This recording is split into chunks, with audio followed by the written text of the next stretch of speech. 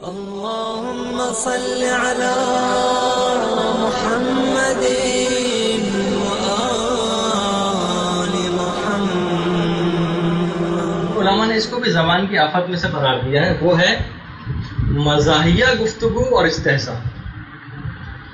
مزاحیہ گفتگو کرنا، دیکھیں ہم کتنا زیادہ عام زندگی میں اس قسم کی گفتگو کرتے بھی ہیں، تو اب ہمیں دیکھنا پڑے گا کہ ہم کس انداز کی ہم کو کرنی چاہیے۔ دیکھیے مزاح جو ہے یہ نیک خوئی کا ایک جز ہے۔ ایسا نہیں کہ بہت انسان بالکل سنجیدہ اور سخت اور ویسا بن کے بیٹھ جائے، وہ نہیں، وہ تو بلکہ وہ کچ خلقی کے اندر آئے گا، اتنا زیادہ سنجیدہ بن جانا۔ مزاح ہے انسان کی طبیعت کے اندر، رکھا بھی ہے خدا نے، اور بلکہ نیک خوئی کا جز ہے، جو اچھی عادتیں ان کا ایک جز شمار ہوتا ہے۔ لیکن کبھی بھی آپ مزاح کریں تو اس کے اندر چند شرائط کی پابندی کریں، یہ جب شرطیں پوری ہوں گی تو کہا جائے گا کہ ہاں آپ نے اچھے اخلاق والا مزاح کیا۔ نمبر 1، مزاح کبھی کبھار ہو اور بہت کم ہو۔ ایسا نہیں بس ایک آدمی ہر وقت بس مزاح کی عادت ہے، ہر وقت جملے بازیاں اور جگت بازیاں کیے چلا جا رہا ہے، جملے سے جملے نکالے چلا جا رہا ہے۔ یہ جو ہم عام گفتگو کے اندر بھی دیکھتے ہیں، بس ایک جملہ اس کو مل گیا، اس نے طرح طرح کی جو باتیں کرنی شروع کر دی اور خوب ہنسی مذاق بھی، اور چاہے کوئی حرام گفتگو بھی نہیں اس میں ہو رہی۔ تو نمبر 1 جو شرط پہ پوری اترنا چاہیے مزاح، وہ ہے مزاح کم ہو اور کبھی کبھار۔ نمبر 2، اس مزاح سے کوئی رنجیدہ بھی نہ ہو۔ ایسا نہیں ہو کہ پیچھے آپ سے ایسی ٹونٹنگ کر دی کہ ویسے تو ہنس دیا بظاہر، لیکن دل میں اس نے ایک رنج محسوس کیا۔ نمبر 2، اچھا نمبر 3، اس مزاح کے اندر کوئی اور حرام بات بھی نہ ہو۔ ایسا نہیں کہ چلو وہ تو رنجیدہ نہیں ہو رہا، لیکن اور آپ نے کوئی جھوٹ بات بول دی اس کے اندر، کسی کی نقل اتار دی اس کے اندر، کوئی اس قسم کی بات بھی نہ ہو۔ لوگ ہنس رہے ہیں، دیکھا آپ نے نقل اتاری، لوگ نے ہنسنا شروع کر دیا، تو پتہ چلے ایک اور حرام کام اس کے اندر ہوتے ہیں۔ 3 شرطیں۔ اور نمبر 4، آپ کے وقار کو بھی نقصان نہ پہنچے۔ ایسا نہ ہو کہ آپ کا روب و دبدبہ ہی لوگوں کے دلوں سے کم ہو جائے۔ آپ کوئی امر بالمعروف کریں، کوئی کام کی بات کریں بھی، تو لوگ جو ہنسی مذاق کر کے ڈال دیں گے، آپ کا روب و دبدبہ ان سے کم ہو جائے، آپ کا وقار کم نہیں ہونا چاہیے۔ نمبر 4 اور نمبر 5 اور آخری شرط، مزاح ہونے کے باوجود بھی وہ حق و صداقت سے خالی نہیں ہو۔ دیکھیے آپ جھوٹی بات سے بھی تو مزاح کر سکتے ہیں، سامنے والے کو بھی حقیقت پتہ ہے، آپ کو بھی پتہ ہے، آپ کیا کر تو سکتے ہیں ایسا مزاح، لیکن وہ اسلامی اخلاق پر اس وقت پورا اترے گا جب وہ مزاح ہونے کے باوجود بھی حق اور صداقت سے خالی نہ ہو۔ رسول کی حدیث بھی ہے کہ میں بھی مزاح کرتا ہوں، لیکن میرا مزاح کبھی حق و صداقت سے خالی نہیں ہوتا، جیسے کہ آپ ابھی سنیں گے بھی۔ دیکھیں خود جناب رسول خدا کرتے تھے مزاح۔ ایک شخص ایک مرتبہ رسول کے پاس ایک بوڑھی عورت آئی، وہ آپ سنا بھی ہوگا، لیکن دیکھیے اس سے بھی ریلیٹڈ ہے ہماری گفتگو سے۔ یا رسول اللہ کیا میں جنت میں جاؤں گی؟ رسول نے کہا کوئی بوڑھی عورت جنت میں نہیں جائے گی۔ اب وہاں سے رونے لگی، تو رسول نے کہا کہ بھائی بوڑھے بھی جنت میں جوان ہو کر ہی جائیں گے، کوئی بوڑھی عورت نہیں جائے گی۔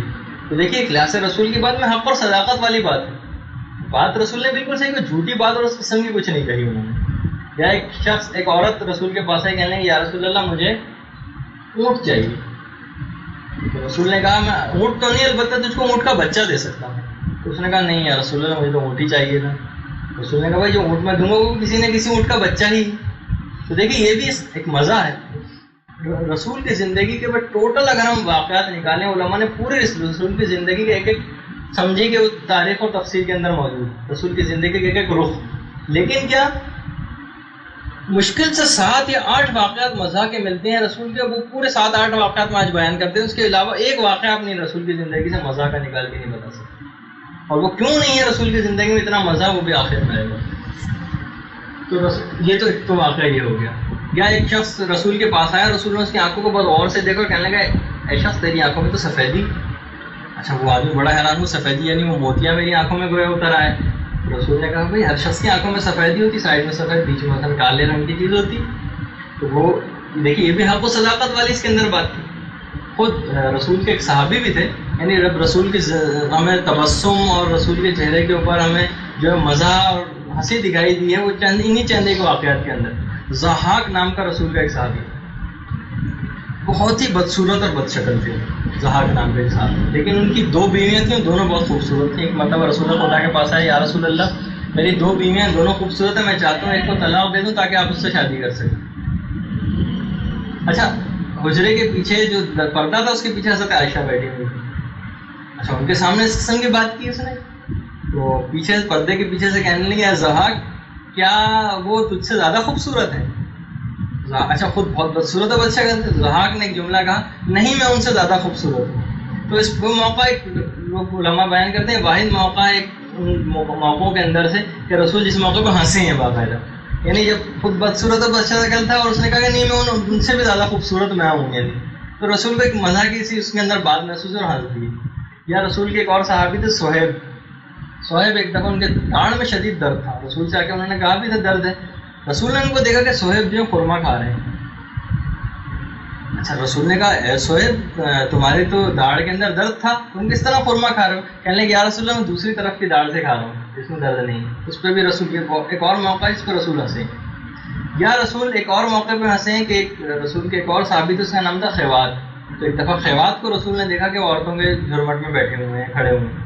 رسول خیوات کے پاس آیا, خیوات تم یہاں کیسے؟ کہنے لگے یا رسول اللہ, گھبرا گئے رسول کو دیکھ کر. کہنے لگے یا رسول اللہ میرا اونٹ بہت سرکش ہو گیا تو اس کے لیے میں رسی بٹوانے کے لیے ان عورتوں کے پاس آیا تھا تاکہ اس کے گلے میں رسی باندھ کے قابو کروں. اچھا رسول اس وقت تو چلے گئے, اور بعد میں جب کبھی خیوات ملتے تو رسول دیکھیے مزہ سے بھی اپنے کس طریقے سے امر بالمعروف کرتے تھے. خیوات تمہارے اونٹ کی سرکشی کا کیا حال ہے؟ اچھا خیوات بڑے جو ہے وہ اس وقت جو ہے وہ تھے. اور تیسری دفعہ جب رسول نے پوچھا خیوات تمہاری اونٹ کی سرکشی کا کیا حال ہے, تو خیوات نے کہا مجھے اس خدا کی قسم جس نے آپ کو نبی بنا کر بھیجا ہے میرا اونٹ اپنی سرکشی سے باز آ چکا. یعنی اس کے بعد سے انہوں نے وہ چیزیں چھوڑ دی. یعنی رسول کا جو اس قسم کا مزہ بھی ہوتا تھا دیکھیے وہ حق و صداقت اور امر بالمعروف سے خالی نہیں ہوتا تھا. نعمان انصاری رسول کے ایک اور صحابی, ان کا بہت ہی فقیر اور غریب, ایک پیسہ جیب میں نہیں ہوتا. بازار میں جیسے کوئی پھل آتا تھا پھل اٹھاتے تھے رسول کے پاس لے آتے تھے. دکان کا مالک سے نعمان انصاری سے پیسے مانگتا تھا, رسول کے پاس لے کے آ جاتے تھے کہ انہوں نے آپ کا پھل کھایا انہیں سے پیسے لیجیے. رسول ہنستے تھے اور بہرحال پیسے نکال کے دے دیتے تھے. بعد میں لوگوں نے پوچھا ہے نعمان انصاری تم جب تمہیں پیسے نہیں ہوتے تو لا کے کیوں دیتے؟ کہنے لگے میرا بس دل برداشت نہیں کرتا کہ بازار میں کوئی نیا پھل آئے اور رسول اس کو نہ کھائے. وہ ٹھیک ہے کہ میں جو ہے اس طریقے سے رسول کے پاس لاتے, رسول دے بھی دیتے تھے, محبت کا ان کے معیار ہوتا تھا. رسول بھی موقع روایت کے اندر ہے جملہ کہ رسول ہنس دیتے تھے اور پیسے نکال کے اس کے مالک کو دیا کرتے تھے. تو دیکھیے ہم رسول کی زندگی, بس یہ جتنے میں نے واقعات بتائے اس سے ایک واقعہ آپ رسول کی زندگی میں مزہ کا نہیں نکال کے دے سکتے. رسول کی زندگی کے ایک جز اس کے اندر اتنا کم مزہ, یعنی دیکھیے وہ نمبر ایک شرط پہ, اور بلکہ ہر شرط پہ پورا اترنا, نہ کوئی رنجور ہو رہا ہے نہ کوئی رنجیدہ ہو رہا ہے, نہ رسول کے وقار کو نقصان پہنچ رہا ہے, نہ اس کے اندر کوئی حرام بات ہے, اور مزہ ہونے کے باوجود حق و صداقت اور امر بالمعروف سے خالی نہیں. پہلی بات جو ہے جی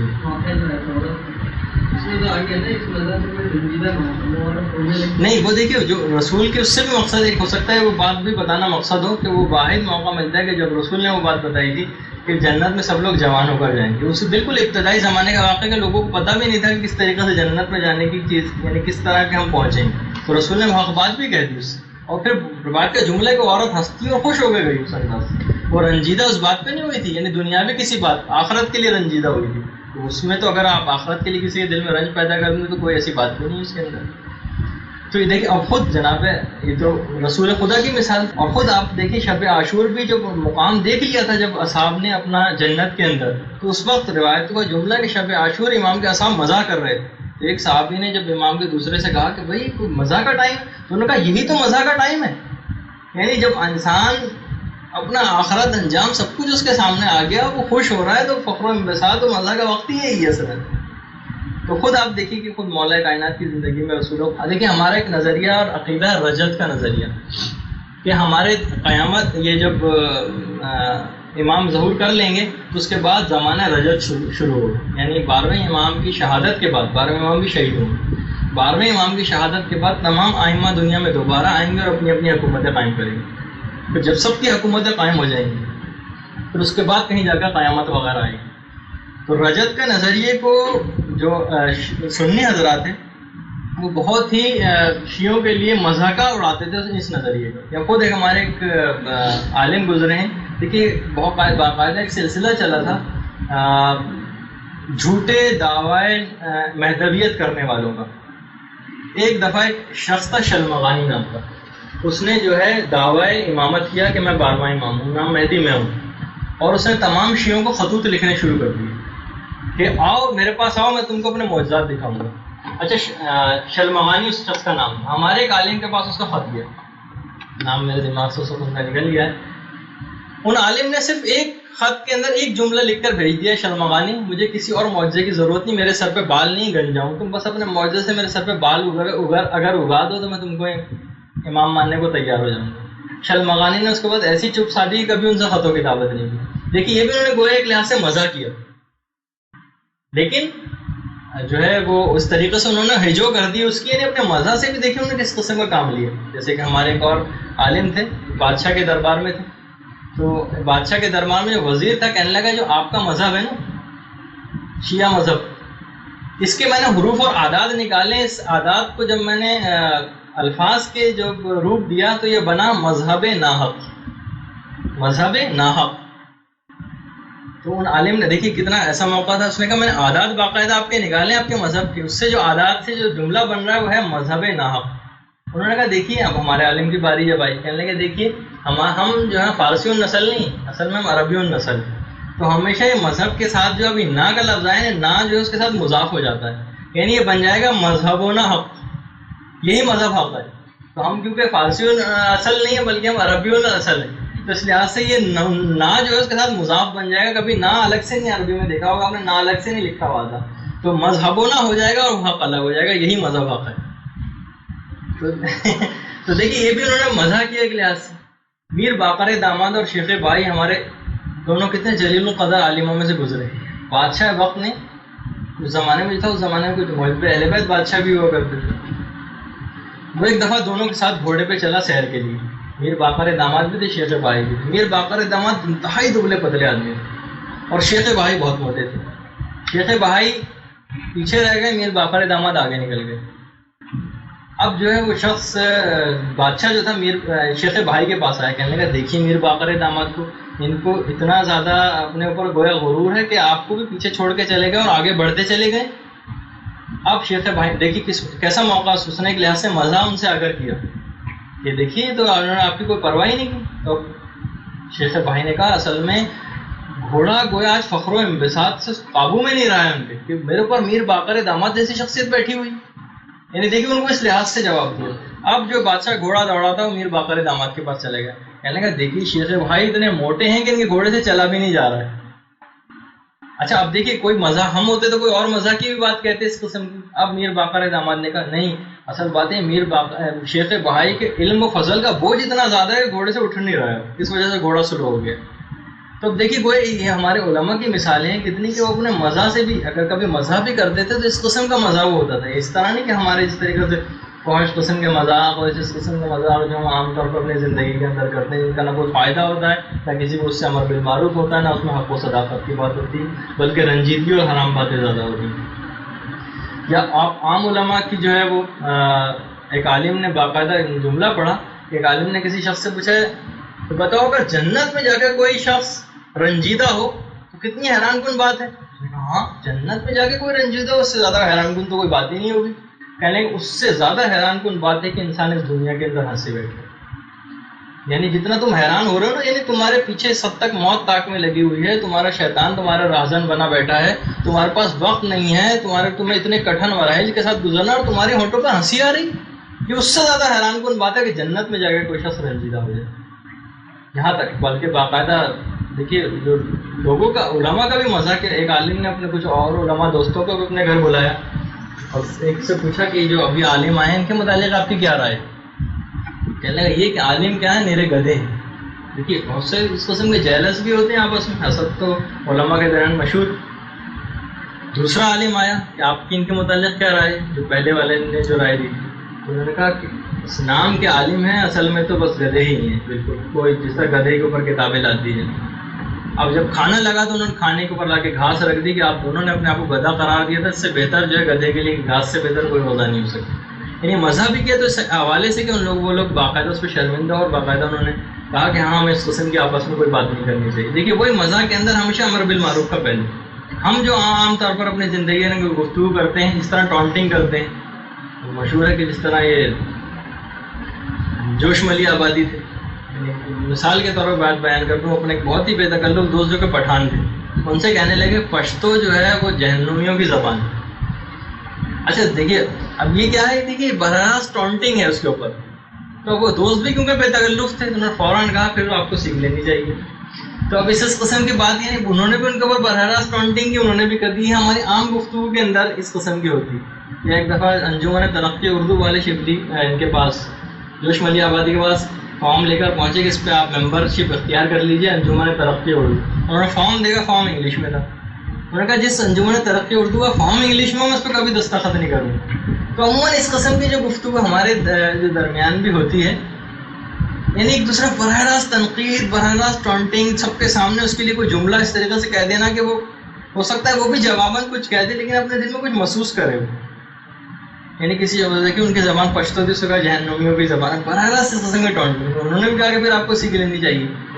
تو ہم اب کتنی ساری مثالوں سے بات واضح ہوئی کہ بہرحال اس قسم کا کوئی بھی مزاح ہم کو عام زندگی میں نہیں کرنا چاہیے. اور اچھا اس کے مزاحیہ گفتگو کے بعد ایک اور چیز ہے استہزاء.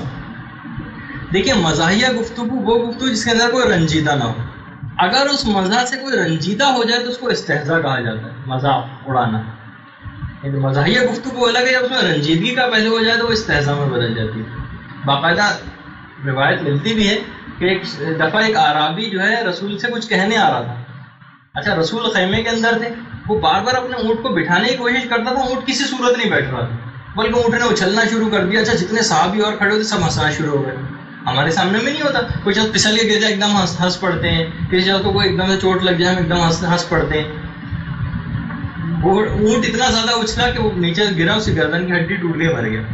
لوگ رسول کے پاس آئے اور کہنے لگے یا رسول اللہ فلاں جو اعرابی تھا وہ اس سے گر کر مر گیا. رسول نے کہا وہ تو مر گیا لیکن تمہارا منہ بھی اس کے خون سے آلودہ ہو گیا. یعنی یہ تم اس قسم کا کیوں ہنس رہے تھے اور تم اس کا مذاق اڑا. مثلا جیسے ہم عام زندگی میں اپنا دیکھتے ہیں, کوئی ذرا سا پھسل جائے, کچھ ہو جائے, کسی کپڑوں میں کوئی چیز گر جائے, ایک دم سے ہم ہنس پڑتے ہیں, جبکہ دوسرے کے لیے ویسا پہلو ہوتا ہے. یہ کہلایا جائے گا یہ استہزاء کے اندر آئے. اس سے اپنے آپ کو بچانا. اور اس کا ایک علاج بھی ہے, کچھ علماء نے علاج بتایا کہ ہم یہ مزاحیہ گفتگو اور استہزاء کا علاج کیا ہے. تو نمبر 1 علاج تو یہ ہے کہ وہی خاموشی اختیار کیجیے. خاموشی یعنی وہی دیکھیے ہر زبان کی آفتوں کے اندر وہی ایک علاج تو ہر جگہ کانسٹنٹ چلے گا, خاموشی. اور نمبر 2 جو علاج ہے قرآن کی آیت ہے وَيَبْكُوا كَثِيرًا وَيَضْحَكُوا قَلِيلًا. رویا زیادہ کرو, یبکو کثیرا و یضحکو قلیلا, ہنسا کم کرو. قرآن کی آیت بھی ہے. جب بھی ہمیں عام قسم کی کہا جاتا ہے کہ جو زیادہ قہقہے لگاتے ہیں نا اس کا دل بھی سخت اور مردہ ہو جاتا ہے, پھر اس میں اتنی زیادہ باتیں اثر بھی نہیں کرتی جو بہت زیادہ قہقہے لگایا کرتا ہے.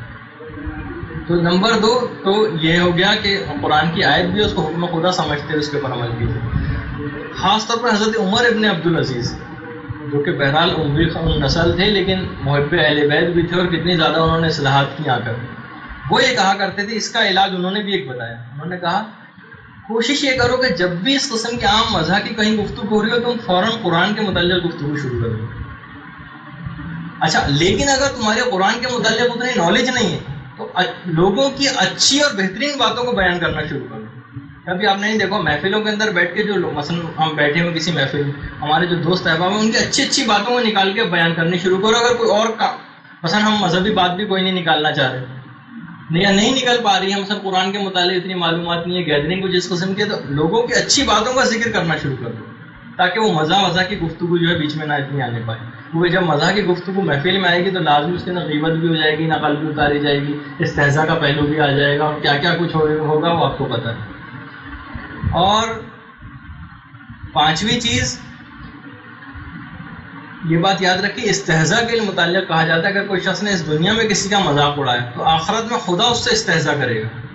جملہ یہ ملتا ہے کہ جب اگر آپ نے یہاں کسی کا مذاق اڑایا تو جہنم میں اس شخص کو نکالا جائے گا اور اس کے لیے جنت کا ایک دروازہ سے کھول دیا جائے گا, کہا کہ جنت میں داخل ہو جائے گا. وہ جیسی جنت کے دروازے پر پہنچے گا دروازہ بند کر دیا جائے گا اور ایک اور دروازہ پیچھے کی طرف کھول دیا جائے گا, وہاں سے داخل ہو جائے گا. وہ وہاں سے جائے گا, وہاں سے جائے گا, وہاں سے بھی دروازہ بند کر دیا جائے گا. بار بار جب ایسے ہوگا شدید شرم اور خجالت کے ساتھ وہ شخص مایوس ہو کر بیٹھ جائے گا اور سمجھ جائے گا مجھ سے استہزاء کیا جا رہا ہے, میرا مذاق اڑایا جا رہا ہے. پھر اس کو بتایا جائے گا دنیا میں جو تم نے اس قسم سے لوگوں کا مذاق اڑایا تھا آخرت میں خدا آج تمہارا مذاق اڑا رہا ہے اس طریقے سے.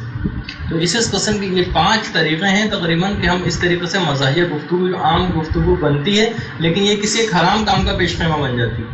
وہی اسلام کبھی بھی دیکھیے اس راستے پہ آپ کو نہیں بھیجنا چاہتا کہ جس سے آپ مباح بھی چاہے کیوں نہ ہو لیکن آپ حرام میں گرفتار ہو جائیں. مدرس کو باغ میں جانے نہ دیجو والا معاملہ ہوگا. یعنی وہ باقاعدہ مجھے اکثر ایسے موقع پہ شعر ضرور یاد آتا ہے وہ جو اچھا ہے جن لوگوں نے نہیں سنا لیکن ہے بہرحال ایک لحاظ سے دنیاوی ٹائپ کا شعر ہے لیکن معرفت والا بن سکتا ہے. مگس کو باغ میں جانے نہ دیجو کہ نہا خون پروانے کا ہو. شہد کی مکھی کو باغ میں نہیں جانے دو. اگر شہد کی مکھی باغ میں چلی گئی تو سب پروانے مر جائیں گے. اس کے کیا معنی؟ شہد کی مکھی باغ میں جائے گی تو پھلوں کا رس چوسے گی, پھلوں کا رس چوسے گی تو اس سے شہد بنے گا, شہد بنے گا تو شہد سے موم بتی بنے گی, موم بتی جب جلائی جائے گی تو پروانے آئیں گے اور جل کے مر جائیں گے. پروانوں کو اگر جلنے سے بچانا چاہتے ہیں تو شہد کی مکھی کو باغ میں نہیں جانے دیجیے. یہ ایک ہے. تو اسلام کبھی بھی اس گفتگو وہیں سے ہی آپ کو روک دے گا. اگر مذاہب گفتگو کی ویسے عام طور پہ آپ کو اجازت مل جائے, جب بھی 5 شرائط کے ساتھ اجازت ملی اور اس میں پہلی شرط یہ بہت کم ہو اور کبھی کبھار. آپ خود دیکھیں اگر 2-3 گھنٹے کی ایک نشست ہے کیونکہ دیکھیے بہرحال نیک خوئی کا جز تو ہے, تو آپ دیکھ لیں کہ 2 گھنٹے کی ایک نشست کہیں بیٹھے ہو تو اس میں کتنا مزہ جو ہے وہ شمار ہوگا کم ہے. 1 یا 2 دفعہ اگر آپ نے مزہ کر لیا تو بس ایک محفل کے اندر کافی ہے. اس سے زیادہ اگر آپ کر رہے ہیں تو پھر وہ ہو جائے گا کہ وہ زیادہ ہو رہا ہے اور حد اعتدال سے بڑھ رہا ہے, اس میں حرام اور زبان کی آفت کے اندر شمار ہو جائے